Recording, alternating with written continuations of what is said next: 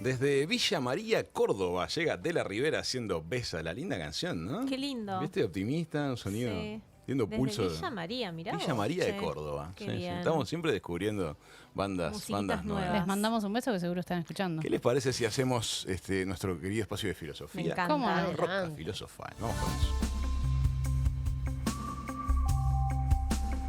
La Roca Filosofal, con Javier Massa, en Hijos de Punta.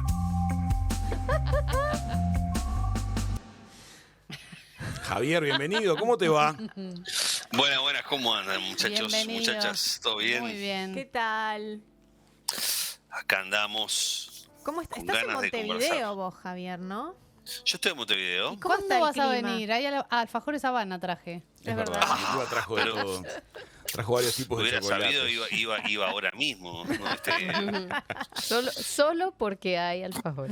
Javier, estamos intrigadísimos con esto que nos mandaste de la construcción de mundos, taller de construcción de mundos. ¿De qué estamos hablando? Contanos. Excelente. Les cuento. A ver, seguimos en la, digamos, en el enganchado de columnas. O sea, Ahí es, está. Es un Enganchado. remix. es un... la columna pasada hablamos del mixtape. El enganchado yo creo que es anterior al mixtape, es el abuelo del mixtape, la serie de enganchados. Pero bueno, venimos en este tema de que venimos como enganchando varias columnas, y la vuelta pasada salió esto del world building o de la construcción de mundos narrativos, si se quiere, en español.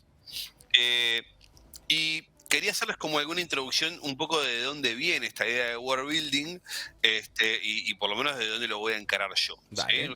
Dale. El tema de lo que llamamos narratología. La narratología particularmente es un área de estudio que a mí me es muy cercana, o sea, es una subdisciplina de la lingüística, ¿sí?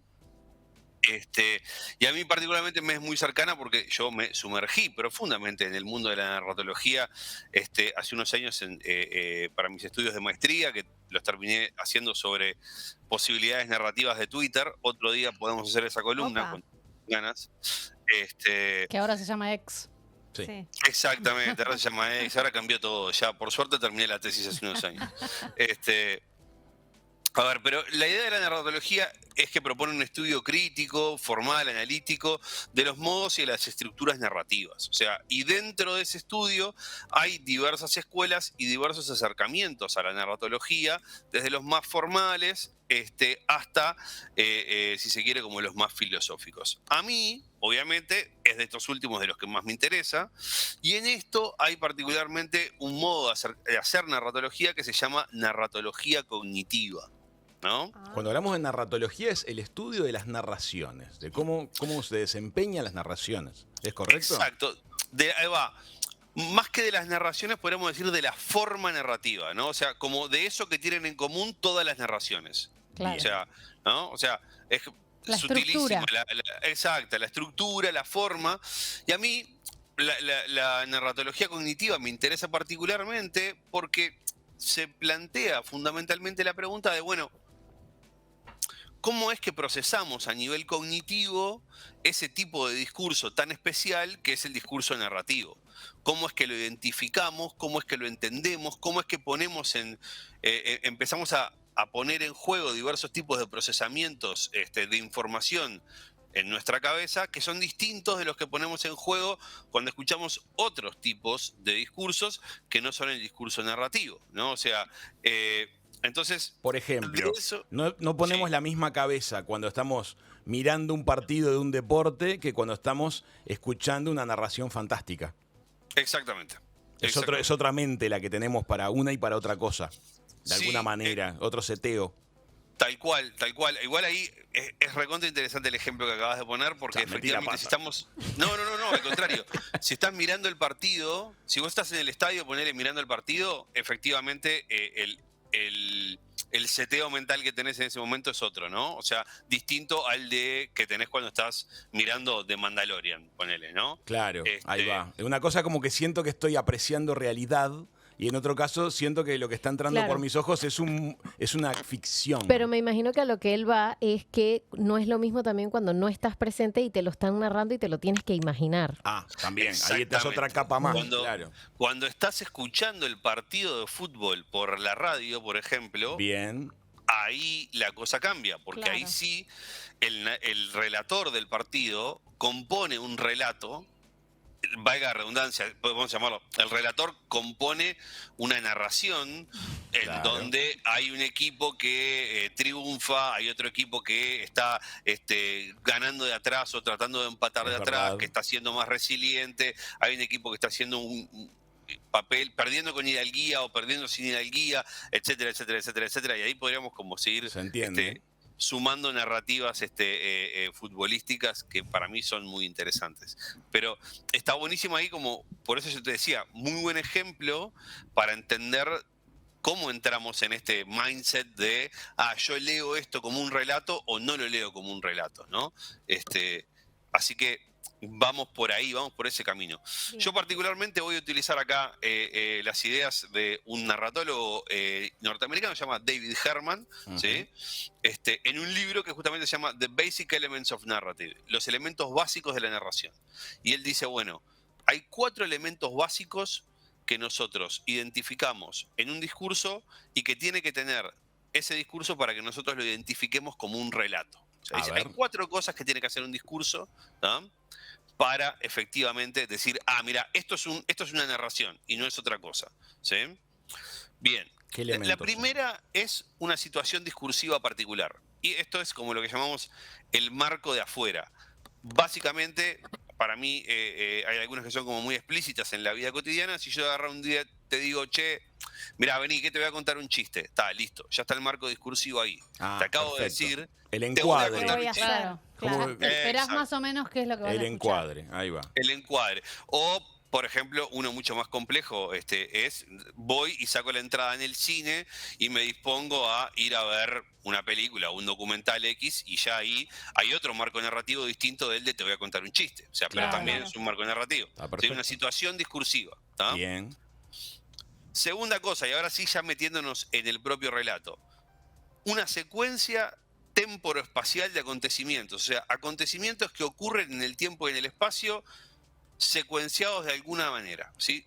No obviamente siempre de principio a fin, pues esa secuencia temporal puede estar como trastocada y en distintos espacios también, ¿no? O sea, acá podemos como mencionar algunos ejemplos de cosas raras que suceden en lo temporoespacial, por ejemplo, Pulp Fiction, ¿no? Es un típico ejemplo, ¿no?, de algo que está como trastocado en el tiempo, ¿sí? O 21 Todas gramos las series también. de televisión, Dark, por ejemplo, que van para adelante, que van para atrás, que te muestran la niñez de alguien y la vejez de alguien. Bueno, el documental de Fito Páez. Sí. Claro, sí, pero sí hay una secuencia, o sea, una vez que se establece que hay una forma, un ritmo narrativo, vamos a ir contando con ese código, digamos, va para atrás, para adelante, o va toda parejita, o de repente mete un flashback, pero se entiende cómo es la forma en la que te están contando la cosa. Sí. Entendés el modo de secuenciación de esos acontecimientos, entendés el código y ahí podés como empezar a digerirlos. A mí, claro, eso te iba a decir, que también hay códigos, porque, visuales. por ejemplo, en el caso de Amélie, la colorimetría cambia cuando, entonces son pequeñas...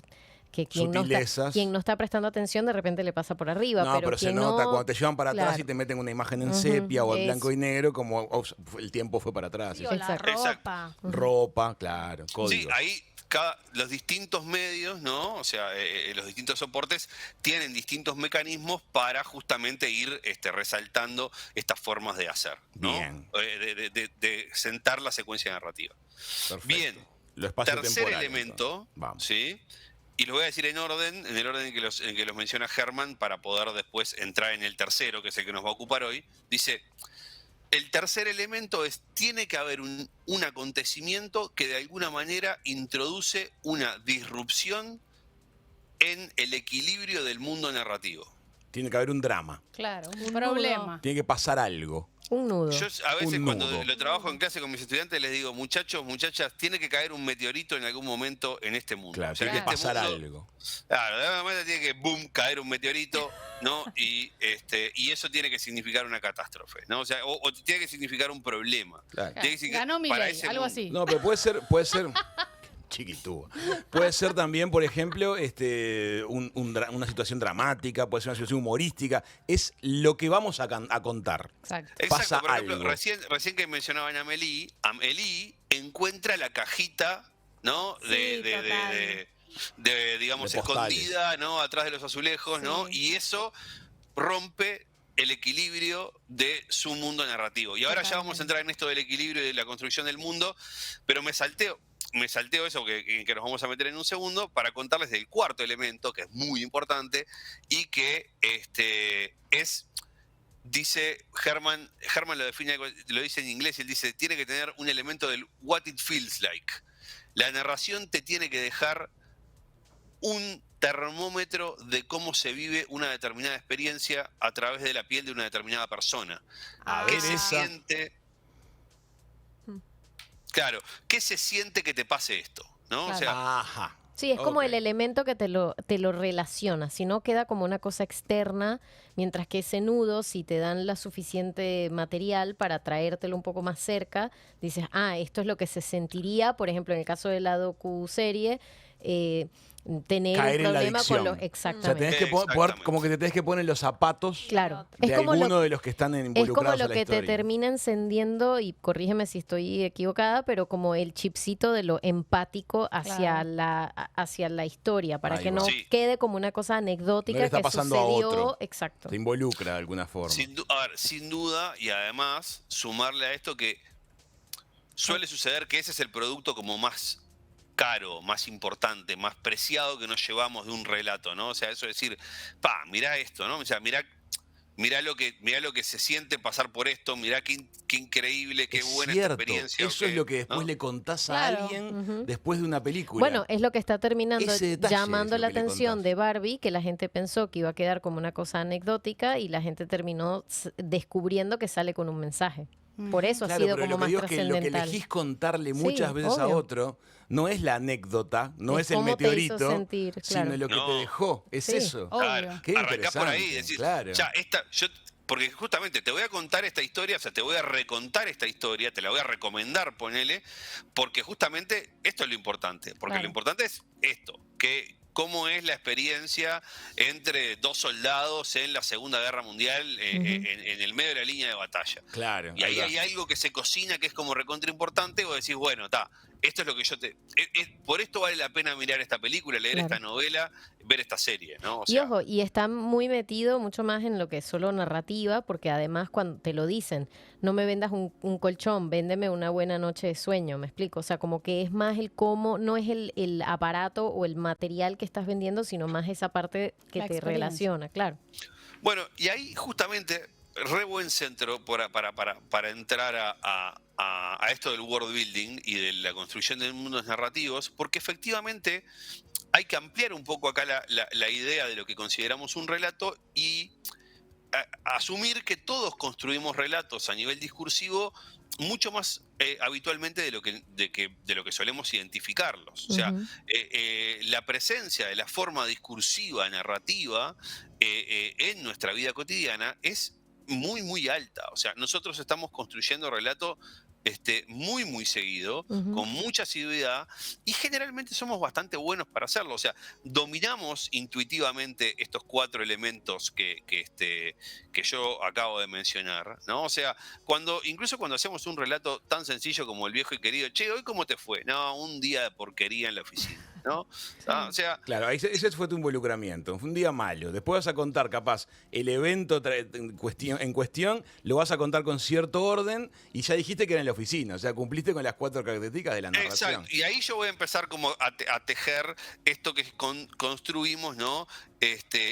Digamos, ese mundo narrativo, ¿no? O sea, a mí, por ejemplo, un espacio que me fascina de la narración cotidiana es el espacio de la anécdota.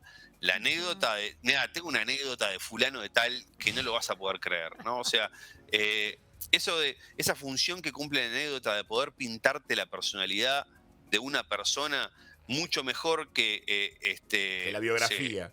Que la biografía, sin ¿no? Duda. Sí. A mí, por ejemplo, me encanta cuando mi hija me suele pedir anécdotas de cuando yo era chico, ¿no? Me dice, papá, contame una historia de cuando vos eras chico. Incluso se la sabe y me dice, contame aquella historia de cuando tal cosa, ¿no? Y volviendo a esto del vínculo empático, porque en ese lugar, cuando yo le cuento a mi hija la historia de cuando yo era chico, ella se traslada a ese mundo narrativo en donde papá es un niño como yo, ¿no? Claro, entonces, y en ese lugar ocurre un relacionamiento e incluso, esto no es porque yo haga experimentos con mi hija, ni mucho menos, ¿no? Pero lo hagan en sus casas. No hagan eso en tus casas. Pero esto es bastante inocuo, así que lo pueden hacer un poquito. Sí. Me he dado cuenta de que cuando tras que le cuento una anécdota, mi hija a veces me habla un poco distinto, no me habla como de la misma manera, ¿no? Mirá. O sea, entabla otro tipo de diálogo conmigo, por unos breves minutos, ¿eh? Pero por unos breves minutos es como que muestra como otra cara en ese diálogo conmigo, que soy su padre, ¿no? Y demás, ¿no? ¿Qué pintoresco eso? A ver, pero entonces, para hablar de alguna de las reglas de construcción de mundo narrativo, me gustaba poner un ejemplo, y para un ejemplo me traje una que sepamos todos. Dale. Y en esto de una que sepamos todos, quise hacerlo un poco más contemporáneo que Caperucita Roja, y traje Toy Story 1. Bien. ¿Sí? La vimos. Sí, la vimos todos. Es la del Todos la cowboy, vimos, ¿no? todos la conocemos, Woody. ¿sí? Y es una gran historia. O sea, Bien. a mí, además, me fascina. Me parece que es un relato maravilloso. Por si ¿sí? alguien no la vio, es la que cuando nadie los ve, los juguetes cobran vida. Claro. Exacto. Perfecto. Y ya arrancamos con eso, Raúl. Perdón, antes de arrancar con eso. Esa es la segunda, pero tengo que decir, lo primero que hacemos cuando ¿Toy arranca... Story 2? No, No, es perdón. el segundo paso. Ah, perdón. Segundo paso, perdón. A ver, porque lo primero a tener en cuenta cuando construimos mundos narrativos es lo que una narratóloga norteamericana que se llama Meryl O'Ryan dice o denomina el principio de partida mínima. ¿Qué sería? ¿Qué sería? Esta idea de que a no ser que el relato diga lo contrario, todo lo demás en el relato se comporta igual que en el mundo real. Exacto. Ah, La física, por muy bien. ejemplo. Bien, la gravedad, claro. Claro, la Las física. cosas caen, por Exacto. ejemplo. Ahí va. A no Hay ser día y que- noche. Claro, a no ser que vuelen. te diga alguien, che, estamos en un mundo sin gravedad. Claro, exacto. Pero hay que explicarlo. Exactamente. Si no, todo lo demás funciona exactamente igual que funciona en el mundo real. ¿sí? Bien. Principio de partida mínima, ¿no? Entonces es como, yo supongo que en principio, ¿no? Sí. Todas las historias que me empiezan a contar son historias sobre el mundo real. Claro, ¿Ah? entiendo. Y a medida de que me empiezan a contar cosas, voy construyendo el mundo narrativo a partir de determinado conjunto de cosas que me cuentan, donde la primera es lo que vos acabas de decir recién, Raúl, que es el principio de deformación. Claro. Sexto Sentido, la película le da una vuelta de rosca a Claro. eso importante. Vamos a spoilear Sexto Sentido. porque ya, Pero o sea, también Por es favor, como es como yo Amelie. con estamos periodo spoiler free en Sexto Sentido. Ya deberíamos. Para el poder principio de spoilearlo. deformación, ¿qué consiste? Consiste El en... principio de deformación consiste en un espacio de la narración en donde justamente se deforma algo Del principio que- de partida mínimo. del principio de de la partida normalidad. mínima, ¿no? O sea, entonces Como en este sexto caso, sentido. Que vos es lo que acabas de decir. ¿Por qué juguetes, sexto que es que los juguetes cobran Claro, vida. estamos en ese caso. Ujú. Exacto, los juguetes cobran vida, ¿no? O sea, los juguetes tienen vida, ¿no? O sea, los Claro. juguetes tienen vida propia, ¿no? Y esa vida propia arranca en el momento en que el dueño del juguete deja los juguetes solos, Claro. ¿no? Sí. Es muy Y lo buena idea, interesante- Ian. Es Es muy muy bueno. sencilla y es muy buena. A ver, y lo interesante de esto es que fíjense cómo funciona tan bien el principio de partida mínima, que es, entendiste el principio de deformación y después entendiste que los juguetes llevan adelante relaciones que son efectivamente muy parecidas a las relaciones que llevan adelante los seres humanos normales. Claro, es un Obvio. submundo de principio de partida mínima. que es una fantasía de todos los eso niños. te iba a decir, Yo Javier. también no es pensaba una, eso. No es una fantasía de todos cuando somos chicos que los Sí. juguetes tienen vida, en realidad. Yo me iba de mi habitación despacito haciéndome la tonta y volvía rápido a ver si se movían. Te juro. Pará, pero Mira. esto es pre-Toy Story, o sea, esto es pre haber visto Toy Story. O sea, no- Totalmente Claro. pre Toy Story, tengo 44 años. Instintivo era instintivo. Claro, es que es una fantasía de todos los niños. Qué maravilla. Bien. A ver, y en ese mundo los juguetes se comportan como se comportan los seres humanos, solamente Claro. que son juguetes, ¿no? Claro. O sea, y de hecho, justamente el conflicto principal de Toy Story es que Buzz Lightyear no se da cuenta de este principio básico del mundo de los juguetes. O sea, él no cree ser un juguete, Claro. él cree ser Un superhéroe. exacto, un astronauta intergaláctico, ¿no? O sea, está como ahí en ese, está viviendo en ese otro mundo que no termina de darse cuenta que está trastocado, ¿no? Claro. Bien. Bien. Seguimos con segunda regla, ¿sí? Segunda regla es lo que se conoce como la regla de composición, ¿sí? La regla de cómo se compone ese mundo narrativo, o sea, composición barra descomposición, o sea, cómo es que este mundo narrativo tiene sus particularidades, ¿no? Que lo hacen ser, digamos, lo que es, más allá de estas cuestiones de deformación. Si quieren, acá... En el es caso de como- Toy Story, por ejemplo, ¿cuál sería? va, perfecto. En el caso de Toy Story, a mí hay un juego de composición que me resulta muy interesante en Toy Story, y es que cuando los juguetes miran a Sid, el niño de la casa de enfrente, ¿se acuerdan? El niño malo, Sí, ¿no? sí, el que rompía juguetes. Que rompía juguetes. Bueno, justamente lo que acabamos de decir. Ese niño que rompía juguetes, para los juguetes, tortura juguetes. Claro. Claro. ¿No? O sea, Ahora ese entendí. niño que en este mundo normal, principio de partida mínima, de vuelta, ¿no? Es un niño que rompe juguetes.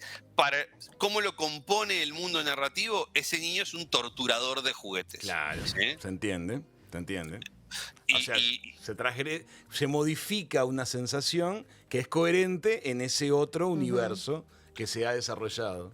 Exacto, y para mí uno de los momentos maravillosos de esto también de composición es el momento en que Buzz Lightyear toma té imaginario y se emborracha. No sé si recuerdan ese Esa momento. O escena sea, no pero- la recuerdo. No la Ah, recuerdo. es un momento que la hermana de Sid rapta a Buzz y toma té imaginario, Buzz Lightyear con ella le hace tomar té imaginario y Buzz Lightyear se emborracha con el té imaginario. Ahora, Me ¿qué? parece... Me parece fascinante cómo empezamos a ir pedacito a pedacito a entender y a conocer los elementos que hacen a lo que en realidad todos los días vemos en las películas, en las series, y lo que también nosotros aplicamos cuando instintivamente contamos una anécdota. Claro. Estamos jugando con todos estos elementos como si fuera una especie de malabarismo para que en la cabeza de nuestro espectador se construya esta percepción de lo que queremos transmitir. Lo que hacemos cuando arrancamos todos los programas. Lo que Totalmente. hacemos cuando arrancamos Básicamente. los programas. Claro que sí. La radio tiene mucho de eso. Tal cual, o sea, porque en realidad es eso, o sea, esto lo que está haciendo es mostrar la composición de procesos que dominamos muy bien, ¿no? O sea, a nivel Claro. como lectores y como narradores, o sea, Sí. porque de lo contrario no podríamos desarticular una historia y extraer su significado, ¿no? Claro. Ujú. Y el último proceso, que es también interesante, es un proceso que es un proceso de ordenamiento, o si se quiere también como de complejización se puede llamar, que es como explicar cuál es el peso relativo que las cosas que suceden en ese mundo tienen en ese mundo. A ver, voy a poner el ejemplo de Toy Story que va a quedar claro. A ver. En este mundo de los juguetes, ¿sí? La preferencia del niño por un juguete es de suma importancia. Es casi Sí. que Es la vida lo de ellos. más... Claro. Exactamente, es lo más importante para la vida de esos juguetes, ¿no? Entonces es como, bueno, nosotros en el mundo real podemos pensar que la preferencia que tiene un niño por sus juguetes no está en el top 10 de las cosas más determinantes de la vida o muerte de las personas. Sin embargo, en el mundo de los juguetes que hablan, ¿sí? Y que llevan adelante vidas muy similares a las de los seres humanos, la preferencia que el dueño del juguete tiene por los juguetes es determinante en la forma en que ese mundo se desenvuelve. En esto que acabas de describir es mi permanente fantasía de comportamiento de mi mascota. Yo todo el tiempo imagino qué pensará y creo que me hace muy feliz creer que para él somos importantes. Entonces, de alguna manera, Claro. me parece que tiene puntos de contacto con lo que acabas de decir. Para los juguetes, la preferencia de ese humano lo era todo. Claro, es todo. Exacto, y si se fijan, esto no solamente es muy importante para Toy Story 1, sino que se convierte en el leitmotiv de toda la saga. O sea, porque Sí. toda la saga Exacto. va a terminar tratando acerca de esto, de cómo esos juguetes van buscando niños que los prefieran, que los quieran, ¿no? O sea, y acá, para cerrar, quería volver a esto de que, ¿para qué hacemos todo esto? O sea, porque en realidad alguien se podría preguntar, che, pero ¿por qué todo esto, por qué es tan complicado? ¿No? O sea, ¿por qué? Claro, Porque después cuando alguna de Porque estas sos patas... filósofo, No, Javier. pero cuando Claro. alguna de estas patas no está bien resuelta en una historia, la historia no te No, engancha. sí, no rinde, no sirve. Sí, o queda Claro, algo porque- raro, como pasó con exacto. Lost. Te vibra raro. Y ahí, pero justamente ahí lo interesante es, che, pero ¿por qué hacemos este proceso? Si todo esto se trata como de contarte qué se siente y poder trasladarte, digamos, esa especie de esencia de experiencia humana para que vos la mires un rato y juguetees un rato con ella, ¿no? ¿Por qué hacemos esto tan complejo? O sea, ¿por qué toda esta operación tan compleja de composición, descomposición, armado, deformación, simplemente para decirte, che, mirá, que amar se siente así, ¿no? O odiar se siente así. ¿Por qué no te lo cuento? ¿Por qué no te lo digo directamente? Y te va a quedar mucho más claro. Bueno, justamente no. ¿No? O sea, justamente lo que suele suceder es que estos modos de narrar y de hacer pasar por estas operaciones tan complejas y tan rebuscadas son los que nos permiten agarrar esa experiencia que nosotros pensamos que conocemos y llegar a esa experiencia por otro lado donde nunca nos habíamos imaginado que podíamos llegar, ¿no? O sea, cuando una película, por ejemplo, está filmada de la mejor forma y se cuenta una historia divina, en forma instintiva o a través de un complejo análisis que alguien hizo, estos temas estuvieron sobre la mesa. Claro, y fíjate qué interesante, mismo con Toy Story, que en definitiva Toy Story es una película que habla sobre la amistad. O sea, Claro, en el fondo Es una te metáfora. cuenta Sí. la historia de cómo se forja una amistad, ¿no? Y vos, cuando esa emoción que te embarga en el momento final de Toy Story, cuando Buzz Lightyear y Woody vuelan y llegan al camión de mudanzas y se hacen amigos y forjan su amistad, etcétera, etcétera, es una emoción que te está llegando por pensar en amistades entre seres humanos. En no tus entre- Claro, historias. o sea, no es que Claro. no es que no conocemos la sensación, sino que la conocemos perfectamente, pero nos la están mostrando de una manera que nunca nos hubiésemos imaginado. Exacto. Exactamente, y llegás, ¿no?, por esa otra ruta a conocer la amistad y decís, mirá si será buena la amistad, Claro. que hasta la puedo llegar a conocer por esta otra ruta, que son dos juguetes en un cuarto de un niño que hablan y que Es escapan de un fantástico. Es como torturador de una juguetes. resignificación de las bases de la vida de las personas. Claro. Exactamente, Una es como una relectura. especie de gran laboratorio emocional y de experiencias donde decimos, mirá, la amistad también se puede tratar de esto, el amor también se trata de esto, la pena se trata de esto, el duelo se trata de esto, o sea, es como, siempre estamos como revisitando, reconociendo, o sea, volviendo a conocer, ¿no?, esa emoción que creemos que conocemos tan bien, pero que este relato nos muestra otra carita del cubo de Rubik de esa emoción que no conocíamos, ¿no? Mirá esto otro, ¿no? Este otro sabor, ¿no? Brillante, Estoy Javier. fascinada. Brillante, Javier. Una columna maravillosa la que nos Yo regalaste te digo hoy. que quedo agotada Es después de fantástico que habla escucharlo. Javier porque No, le tengo pero que prestar atención a cada palabra. que dice porque me voy, me pierdo. Pero No, la pero- verdad que me Sí. encantó, Javier. Te ilumina sobre todo. Tengo una pregunta para ti, Javier. Dale, Que dale. me parece que puede engancharse con esto que estamos hablando hoy y que podría ser el contenido de una columna más adelante. Me encanta esto de ya ir, el enganchado columna me fascina. Sí. Raúl. Pero es que me lo dispara esto que estamos hablando Sí, ahora. total. A ver qué te parece. ¿Por qué será que nos están fascinando tanto actualmente las visiones de mundos distópicos y no de mundos utópicos? Es decir, ¿por qué nos parecen más interesantes los mundos imaginarios indeseables que los mundos imaginarios Como si no tuviésemos deseados. suficiente. Con la Claro. realidad. ¿Por qué nos está pasando? Porque hay mucha cosa distópica. Ya la anoto, Raúl, acá, mira, A Quiet ya va. Place recomiendo que mires Ah. cuando quieras. Hay mucha Utopía, línea de utopía. preferencia para ese lado. Sí. Utopía, distopía para la columna que viene. Sí, sí, Encanta, pero encantado. Ya adelanto, a efecto trailer, Sí. utopía, distopía, dos caras de una misma moneda. Brilla. ¡Ah! Ya tenemos Miércoles. titular para el próximo contacto con Javier. Javier, como siempre, un placer escucharte.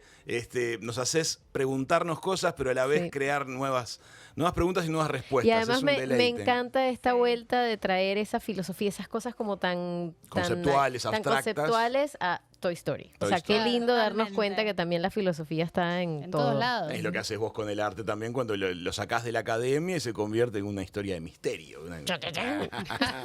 A Javier, muchísimas gracias por la columna de hoy. Muchas gracias a ustedes, un gustazo. Nos vemos en la próxima con Utopía y Distopía. Ahí estaremos. Muy bien. Gracias. Amigas, Chau, amigos, chau. pasó Javier Massa por Hijos de Punta. Ya venimos con más.